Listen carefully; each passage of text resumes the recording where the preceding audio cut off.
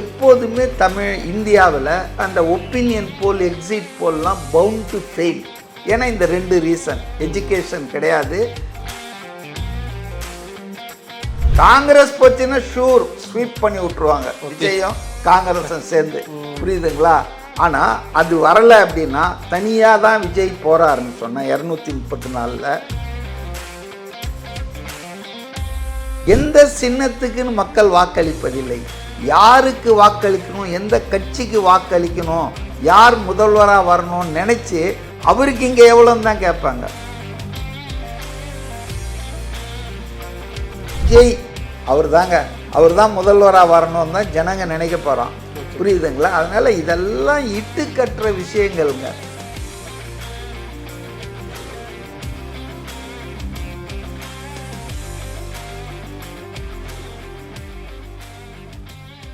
இப்போ தேர்தல் வச்சா கூட திமுக ஜெயிக்குங்கிறாங்களே சார், அது எப்படி அந்த கருத்துக்கள்?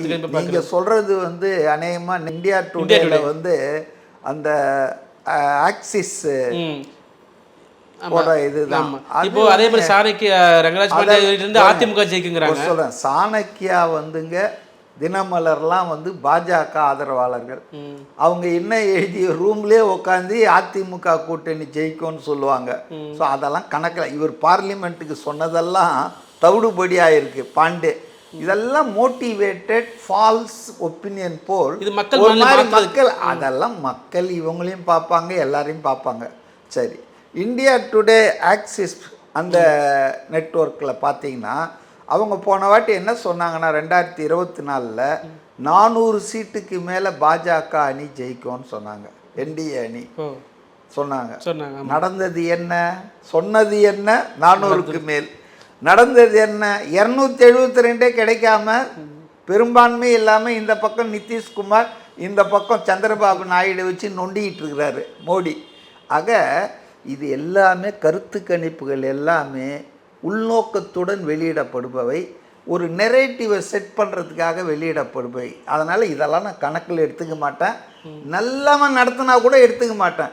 அதாவது ஒரு நியூட்ரல் நடுநிலையாக நடத்துகிறான் அப்படின்னா கூட. ஏன்னு சொன்னால் நான் ஏற்கனவே பல நேர்காணலில் சொல்லியிருக்கேன், இந்தியாவில் படிப்பறிவு கம்மிங்க, கிராமப்புறத்தில் எல்லாத்துலேயும் எழுத்தறிவு கம்மி, எஜுகேஷன். ஒரு நிமிஷம் கேளுங்க. ரெண்டாவது, ஜனநாயகம் இல்லை, மெச்சூர்டு டெமோக்ரஸி இல்லை, மேலை நாடுகள் மாதிரி. இங்கே ஆட்சியாளரை பற்றி ஏதாவது சொன்னால் யூடியூப்பையே மூடிட்டாங்க, இல்லை சவுக்கு சங்கரை. ஸோ நீங்கள் உண்மையை வெளியே சொன்னீங்கன்னா அதை ஆட்சியாளர்களுக்கு எதிராக இருக்கும்னா தனக்கு பிரச்சனை வரும்னு ஒரு பயம் மூளையில் ஒரு பக்கம் உட்காந்துட்டே இருக்கும். அதனால் உண்மைக்கு மாறான தகவலை சொல்லுவாங்க. உங்களுக்கு தான் சார் போடுவோம், அவங்க தான் சார் அப்படின்வாங்க. ஆனால் அங்கே போய் வேற போடுவாங்க. ஸோ எப்போதுமே இந்தியாவில் அந்த ஒப்பீனியன் போல் எக்ஸிட் போல்லாம் பவுண்ட் டு ஃபெயில். ஏன்னா இந்த ரெண்டு ரீசன், எஜுகேஷன் கிடையாது, டெமோக்ரஸி மெச்சூராக இல்லைங்க. மேலை நாடுகளில் 99% கரெக்டாக வர்றது காரணம் they are well educated and they are fearless. Democracy இருக்குது. அதனால் இதெல்லாம் ஆல் செட் அண்ட் டன், ஒரு இழவன் நடக்க போகிறதில்ல. என்னுடைய கணிப்பு என்னன்னா, இன்றைக்கி இருக்கிற நிலைமை, அவர் தனியாக இருக்கார், ஒரு மேக்சிமம் நான் சொல்கிறது ஒரு இந்த சிச்சுவேஷன், அதாவது யாருக்கும் பெரும்பான்மை கிடைக்காத ஒரு சூழல் வரலாம். 118 எந்த கட்சிக்கும் இன்க்ளூடிங் விஜய் கிடைக்க முடியாத ஒரு சூழல் வரலாம். அதான் காங்கிரஸ் மாதிரி ஒரு கூட்டணி வராத போது சொல்கிறேன். காங்கிரஸ் போச்சுன்னா ஷூர் ஸ்வீப் பண்ணி விட்டுருவாங்க, விஜயம் காங்கிரஸும் சேர்ந்து, புரியுதுங்களா? ஆனால் அது வரலை அப்படின்னா தனியாக தான் விஜய் போகிறாருன்னு சொன்னேன். 234 தேர் மே பி ஹங் அசம்பிளி ஆஃப்டர் 1952. தமிழ்நாட்டில் இதுக்கு முன்னால் ஒரு முறை தொங்கு சட்டமன்றம் வந்திருக்கு 52. அப்போ தான் காங்கிரஸுக்கு மெஜாரிட்டி இல்லாததால் ராஜகோபாலாச்சாரி அப்புறம் வேறு சில கட்சிகளை பிடிச்சி மெனோவர் பண்ணி அவர் முதலமைச்சர் ஆனார், ராஜாஜி. அதனால் அதுக்கப்புறம் இப்போ 2026 ஒரு சான்ஸ் என்னென்னா ஹங் அசம்பிளி வரலாம், தொங்கு சட்டமன்றம். ஆனால் அதில் கூட பார்த்திங்கன்னா விஜய் தான் முதல் இடத்துல இருப்பார். 118 இல்லாமல் இருக்கலாம், 100 இருக்கலாம், இல்லை கலைஞர் 2006 96 இருக்கலாம், 90 இருக்கலாம். அவர் தான் he will be the king or king maker. அப்போவும் அவர் யாரை கை காட்டுறாரோ இல்லை அவரை யார் கூட சேர்றாரோ அதுதான் ஆட்சி அமைக்கும். அந்த மாதிரி இருக்கும். அப்படி இல்லை, மக்கள் இப்போ இருக்கக்கூடிய எழுச்சி, ஒரு மாற்றம் வேணும். 2 பேரும் ஆட்சி பண்ணிட்டாங்கயா, இவன் 30 வருஷம் அவன் 30 வருஷம், போதுமடா சாமி. புதுசாக ஒரு ஆள் வராரு, நல்லவராக இருக்கிறாரு, நிதானமாக இருக்காரு, ஒரு தொழில் சம்பாதியத்தெல்லாம் விட்டுட்டு வராரு. இப்போ இந்த பக்கம் பார்த்தா எல்லாம் சம்பாதிக்க தான் வராங்க, பொண்ணு பேரன் பேத்தின்னு கூப்பிட்டு வராங்க. பட் இந்த பக்கம் விஜய் வந்து அவருக்கு இருக்கிற ஒரு நல்ல கேரியரை விட்டுட்டு வராரு. அப்படி இருக்கும்போது அவர்கிட்ட கொடுத்தா என்ன, ஒரு 5 வருஷம் நல்லது பண்ணுவார், பார்க்கலாமே. இவங்கெல்லாம் பேர் ரிப்பேர் ஆகி கிடக்குது. எத்தனை மந்திரிகள் அரெஸ்ட் ஆவாங்க, எவ்வளோ பேர் வெளியே இருப்பாங்க தேர்தல் போதே தெரியல. ஆனால் இந்த பக்கம் அப்படி இல்லை. ஏன்னா அவங்க எந்த வரைக்கும் எந்த விதமான அவப்பெயரும் வாங்கலை, கெட்ட பேரும் இல்லை. அதனால் வந்து மக்களுக்கு ஒரு சலிப்பு ஏற்பட்டிருக்கு. போதும், ஒரு ஆள் வரட்டமேன்னு. இது வந்து கடைசி வரையில் நின்றுச்சின்னு வச்சிங்களேன், எலெக்ஷன் டேட் வரைக்கும் இந்த உணர்வு மாற்றம் வேணும்னு, கண்டிப்பாக விஜய் தனித்தே ஆட்சி அமைக்கிற சான்ஸ் இருக்குது. ஆனால் எந்த காரணத்து கொண்டும் திமுக வருவதற்கு வாய்ப்பில்லை. அதுக்கு என்ன காரணம்னா, 71க்கு அப்புறம் இன்னி வரைக்கும் ஒரு 50-60 வருஷத்தில் திமுக நெவர் கெட் ரீஎலெக்டட். 5 வருஷம் ஆனவங்க மூட்டை கட்டி ஜனங்க தூக்கி போட்டுருவாங்க. ஏடிஎம்கே அப்படி இல்லை, 10 வருஷம் தொடர்ச்சியாக, 14 வருஷம் தொடர்ச்சியாக எம்ஜிஆர் ஜெயலலிதாலாம் ஆட்சி பண்ணிக்கிறாங்க. DMK never get re-elected. 5வது வருஷமே எல்லாம் முடிச்சிருவாங்க ஜனங்க. ஸோ அதனால் திமுக ஆட்சி அமைப்பும் என்பதற்கான வாய்ப்பே இல்லை. அதிமுக 3வது இடத்துக்கு தான் சண்டை போட்டுட்டு இருக்குதே தவிர, never it will come as second place கூட வரும்னு நான் நினைக்கல. இன்றைக்கி இருக்கக்கூடிய பாஜக கூட்டணி, அங்கே இருக்கக்கூடிய சூழல்லாம் பார்க்கும்போது, ஏன்னா தமிழ்நாடு மக்கள் வந்துங்க பாஜக எதிர்ப்பில் தீவிரமாக இருக்காங்க. மோடி எதிர்ப்பில், மோடி மேலே வன்மமே இருக்குது சொல்லப்போனால். ஏன்னா தமிழ்நாட்டை அவர் வஞ்சிக்கிறாரு, தமிழ்நாட்டுக்கு துரோகம் பண்ணுறாரு, அப்படி இந்தியை திணிக்க முயற்சி பண்ணுறாரு, இந்து மதத்தை திணிக்கிறாங்க என்பது நமக்கு எல்லாருக்கும் தெரியுது. அதனால் பாஜக எதிர்ப்பு வந்து இங்கே ரொம்ப ஜாஸ்தியாக இருக்கிறதால அவங்களோட போய் இந்த ஆள் சேர்ந்துட்டார் எடப்பாடி. ஆமாம். அதனால அவர் சாதாரணமாக லோக்சபாவில் தனியாக நின்னார், 1% ஓட்டு இன்க்ரீஸ் பண்ணார்.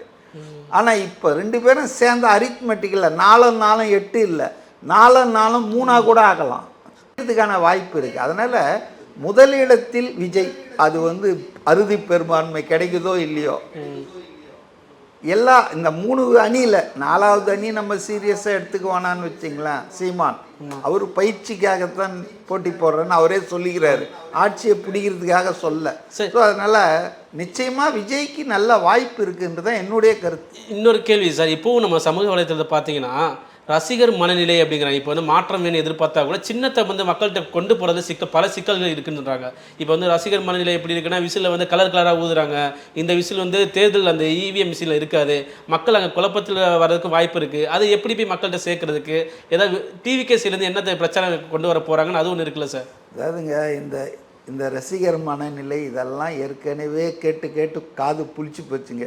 எம்ஜிஆர் கட்சி தொடங்கும் போது இல்ல, இப்போ இந்த விஷயம் பார்த்தீங்கன்னா சொன்ன உடனே பஸ் ஸ்டாண்ட்ல போய் விசிலிக்கிறது, கிரவுட்ல போய் விசிலிச்சு மக்களுக்கு ஒரு அதெல்லாம் ஒரு நாள் செய்வாங்கங்க. அந்த ஒரு நாள் முதல் நாள் செஞ்சாங்க, அதுக்கப்புறம்லாம் செய்யலையே. அதாவதுங்க பிரச்சனை டைம்ல பிரச்சனைகள் வர வாய்ப்பு இருக்குல்ல. இப்போ அதெல்லாம் ஒரு வாய்ப்பு இருக்கு. கல்லூரி வாசல்ல இப்போ என்ன விமர்சனம்னா, இந்த ரசிகர்கள் வந்து என்ன பண்ணுவாங்கன்னா, கல்லூரி வாசல்ல பெண்கள் நிற்கிற இடத்துல போய் விசில் ஊதுறது, இந்த மாதிரி அநாகரிகமாக செயல் செய்ய வாய்ப்பு இருக்குங்கிற ஒரு வருது இல்லை. விசில் ஊதுறது அநாகரிகமான செயல்னு யார் உங்களுக்கு சொன்னது? அதாவது 1 2 3 சொல்லிடுறேன். எம்ஜிஆர் ரசிகர்கள் தான் அதிமுகவின் முதுகெலும்பாக இருந்தார்கள். அப்போதும் இது மாதிரி தான் கதை சொன்னாங்க. அவங்கெல்லாம் ரசிகர்கள், கட்சியெலாம் அவங்களுக்கு அனுபவம் இல்லை, அரசியல் கிடையாது. நாங்கள் தம்பிங் மெஜாரிட்டியில் அடித்தார். அவர் சாவர வரைக்கும் அவரை தோக்கடிக்கவே முடியல. பெரிய கட்சி நடத்திட்டு இருந்தார்ல கருணாநிதி, ரசிகர்களை வச்சு நடத்தினவர் தான் ஜெயிச்சுக்கிட்டே இருந்தார் தொடர்ந்து.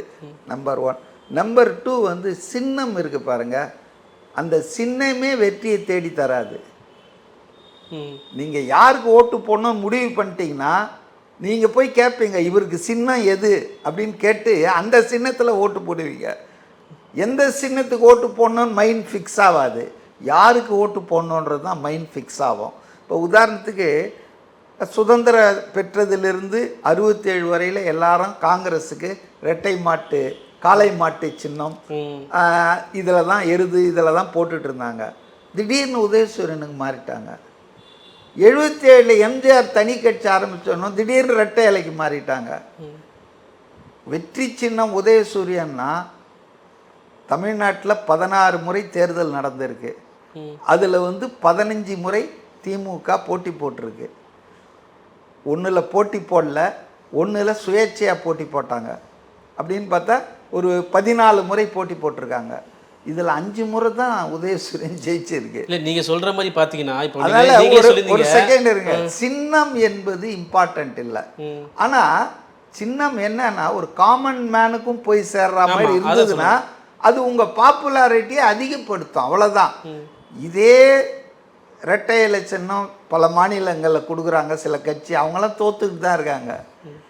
புரியுதுங்களா? இதே உதயசூரியன் சின்னம் நார்த் ஈஸ்டில் கேரளாலாம் கூட இருக்குது, தோத்துக்கிட்டு தான் இருக்காங்க. ஸோ எந்த சின்னத்துக்குன்னு மக்கள் வாக்களிப்பதில்லை, யாருக்கு வாக்களிக்கணும், எந்த கட்சிக்கு வாக்களிக்கணும், யார் முதல்வராக வரணும்னு நினச்சி அவருக்கு இங்கே எவ்வளோன்னு தான் கேட்பாங்க.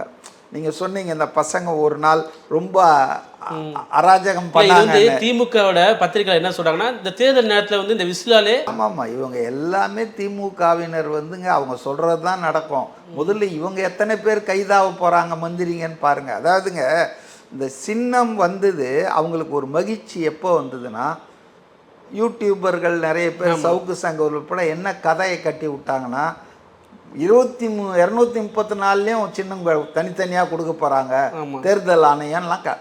அப்போ இவங்களுக்கெல்லாம் ஒரு அச்சம் வந்தது தாவேக்கானுக்கு. அது ரொம்ப கன்ஃபியூஷன் ஆகிடும் இல்லையா, இந்த தொகுதியில் ஒரு சின்னம் அடுத்த தொகுதியில் ரொம்ப சிக்கல் வருமே அப்படின்னு அவங்கெல்லாம் அச்சப்பட்டிருந்த நேரத்தில் அவங்க கேட்ட அந்த 10 சின்னத்தில் முதல் இடத்துல இருந்த சின்னமே அவங்களுக்கு கிடைச்சது, அதுவும் விசிலே கிடைச்சது. மகிழ்ச்சி ஆயிடுச்சு. ஓவர் ஜாயானவனும் அப்படியே எல்லாம் லட்டு கொடுத்தாங்க, விசில் ஊதினாங்க. அது ஒன் டே அஃபேர் முடிஞ்சு போச்சு. ஸோ அதனால் சின்னம்தான் வெற்றியை தீர்மானிக்கிறது என்பதோ சின்னத்தின் மூலமாக பிரச்சனைகள் அதெல்லாம் சும்மாங்க. விஜய் அவர் தான் முதல்வராக வரணும்னு தான் ஜனங்க நினைக்க போகிறோம். புரியுதுங்களா? அதனால் இதெல்லாம் இட்டு கட்டுற விஷயங்கள்ங்க. இப்போ எவ்வளோ பெண்களுக்கு எதிரான குற்றங்கள் நடக்குது. நேற்று கூட நந்தனத்தில் ஒரு திமுக நபர் தான் கேன்டீன் நடத்துகிறவர், அவரும் அவர் சேர்ந்தவர்களும் பாலியல் குணசேகரன் இருக்கிறார். அதுலேயும் ஞானசேகரன் இல்லை, குணசேகரன் ஒருத்தர் இருக்கு. அதாங்க இப்போ அதெல்லாம் திமுக காரன் போட மாட்டாங்க பேப்பரில், பிரபல அரசியல் கட்சின்னு போட்டிருக்காங்க. இதே தாவேக்கா உடனே போடுவாங்க, தாவேக்கா நிர்வாகினே போடுவாங்க. அதனால் இதெல்லாம் பத்திரிகைகள் இன்னைக்கு நியாயமாக இல்லை, ஊடகம் தர்மத்துப்படி நடக்கலை. எல்லாரும் சேர்ந்து தாவேக்காவை அழிக்கலான்னு பார்க்குறாங்க. இவங்க பிரச்சாரம் பண்ண தான் எதிர் பிரச்சாரம் அது வளர்ந்து மேலே வளர்ந்துட்டுருக்கு. அதனால் அவங்களுக்கு நல்ல எதிர்காலம் இருக்குங்க. ஓகே, கடைசி கேள்வி சார். விஜயோட பிரச்சாரம் இப்போ ஆரம்பித்தா எந்த மாதிரி இருக்கணும்னு நீங்கள் எதிர்பார்க்குறீங்க சார்? இப்போ இவ்வளோ நாள் அமைதியாக இருந்துட்டாரு கரூருக்கு அப்புறம், இந்தமாதிரி வர பிரச்சாரங்கள் எந்த மாதிரி இருந்தால் அவர் வெற்றி வாய்ப்பு? அதாவது நான் எதிர்பார்க்குறதோ அவங்க என்ன செய்ய போகிறாங்கன்ற பிரச்சனை இல்லை. மக்களிடம் அவருடைய பிரச்சாரம் ஆல்ரெடி போய் சென்று அடைந்து விட்டது. மற்ற அரசியல் தலைவர்களுக்கும் அவருக்கும் இருக்கிற பெரிய வித்தியாசம் என்னென்னா, அவர் ஒரு இடத்துல பேசினார்னா ஈரோட்டில் அங்கே இருக்கிற லட்சம் பேர் மட்டும் அதை கேட்கல. தமிழ்நாடு, இந்தியா, உலகம் பூரா பல கோடி பேர் தொலைக்காட்சியில் பார்த்துக்கிட்டு இருக்காங்க. ஸோ அதனால் அவர் பிரச்சாரம் என்பது ஒரு இடத்துக்கு இல்லை, ஒரு தொகுதிக்கு இல்லை. ஜெயலலிதா ஒரு தேர்தலில் எதிர்கட்சியாக இருக்கும்போது 4 கூட்டம் தான் போட்டாங்க. சென்னையில் 1, கோயம்புத்தூரில், மதுரை, திருச்சி. கருணாநிதி தோத்துட்டார், முதல்வராக இருந்தோ பதவி இழந்தார். அதனால் நீங்கள் எவ்வளோ ஒவ்வொரு வீடாக போய் வணக்கம் சொன்னால் ஜெயிச்சிட மாட்டீங்க. 234 தொகுதியும் சுற்றி வந்தாலும் ஜெயிச்சிட மாட்டீங்க. மக்கள் மனநிலை மாறணும், மாற்றம் வரணும்னு அவங்க முடிவு பண்ணிட்டாங்கன்னா தேடி உங்கள் சின்ன என்னான்னு கேட்டு ஓட்டு போட்டு போயிடுவாங்க. அதனால் அவங்க என்ன பண்ண போகிறாங்க நமக்கு தெரியாது. பட் வர்ற தகவல்கள் ஒரு 4-5 மாநாடுகள், 4-5 இடத்துல பெரிய பிரம்மாண்டமான கூட்டு. ஏன்னா உங்களுக்கு தெரியும் கரூருக்கு அப்புறம் அவங்களுடைய டூர் ப்ரோக்ராமே ஸ்டாப் ஆயிடுச்சு. சொல்லப்போனால் அது தொடரக்கூடாது என்பதற்காகவே நடத்தப்பட்ட சதி என்று தான் என்னுடைய தனிப்பட்ட கருத்து. விசாரணையில் இருக்குது, சிபிஐ விசாரிக்குது, சொல்லட்டும். ஸோ அவருடைய பிரச்சாரம் வலுவாக மக்கள்கிட்ட போனால் தங்களுக்கு மிகப்பெரிய தோல்வி வரும்னு ஆளுங்கட்சி பயந்து தான் அதை முடக்கிறதுக்காக இன்றைக்கி பாருங்கள் எல்லாருக்கும் ப்ரோட்டோகால் ஃபார் ரோட் ஷோஸ்லாம் ரெடி பண்ணிட்டு இன்னும் அனௌன்ஸ் பண்ணல. ஆனால் உதயநிதியும் ஸ்டாலினும் டெய்லி அரசாங்க செலவில் பண்ணிட்டு இருக்காங்க. அவங்களுக்கு மட்டும் எந்த சட்டத்தின் அடிப்படையில் கவர்மெண்ட் பஸ்ஸும் போகுது. அதனால அதாவதுங்க இதெல்லாம் மக்கள் பார்க்கலன்னு நினச்சிட்டு இருக்கீங்களா? எல்லாத்தையும் பார்த்துட்டு இருக்காங்க. ஒரு ஃபேர் பிளே இல்லை மீடியாவில். ஒரு அதாவது நடுநிலையோடு இருந்து நீங்கள் விமர்சிக்கணும் எதை பண்ணாலும். திமுகவில் இருக்கிற கோஷ்டி பூசல், திமுகவில் இருக்கிற குடும்ப சண்டைகள், திமுக பண்ணுற ஊழல்கள் இதை பற்றி யாராவது பேசுகிறாங்களா? பேசின கைது கேஎன் நேருவுக்கு 3 முறை இடி வந்து நோட்டீஸ் அனுப்பிச்சிருக்கு, எஃப்ஐஆர் ஃபைல் பண்ணுங்கன்னு. அதை பற்றி எந்த டிவியில் விவாதம் பண்ணுறாங்க? அதனால் வந்துங்க மக்கள் இதெல்லாம் முட்டாள்களில் மடையர்கள் இல்லைங்க. அதெல்லாம் அவங்க நல்லா வாட்ச் பண்ணிட்டு இருக்காங்க. அவங்க படிக்காதவர்களாக இருக்கலாம், அவங்களுக்கு ஃபார்மல் எஜுகேஷன் இல்லாமல் இருக்கலாம், ஆனால் அவங்களுக்கு பட்டறிவு இருக்குங்க. அவங்க வந்து போதும் இவங்க 2 பேருக்கும் ஆட்சி செய்ய ரொம்ப அதிகாரம் செய்ய நிறைய நாள் கொடுத்தாச்சு, நாம் வேறு ஆளை கொண்டு வருவோன்னு முடிவுக்கு வந்துட்டாங்கன்னா எந்த சக்தியாலும் அதை மாற்ற முடியாதுங்க. நீ பணம் கொடுத்தா கூட வாங்கி பாக்கெட்டில் வச்சுக்குவாங்க. நீ 3000 ஓட்டு கொடுத்தாலும் நிறைய வரும். அவர் விஜய் சொன்னார் பாருங்க, வண்டி வண்டியாக வந்து பணத்தை கொட்டுவாங்கன்னு ஒரு மாநாட்டில் சொன்னார். அதனால் பணம் வந்து ஆறா போவாங்க, அதில் ஒன்றும் சந்தேகமே இல்லை. ஆனால் இந்த பணத்தையும் ஜனங்கள் மனம் வெல்லும். விஜய் மேலே இருக்க அந்த மதிப்பு மரியாதை அது வந்து நிச்சயமாக வாக்குகளாக மாறுன்றது தான் என்னுடைய கருத்து. ஓகே சார், மீண்டும் அடுத்த கட்ட நகர்வுகள், அரசியல் நகர்வுகள் என்னன்னு அடுத்த கட்ட நிகழ்ச்சியில் நம்ம சந்தித்து பேசலாம் சார். மிக்க நன்றி.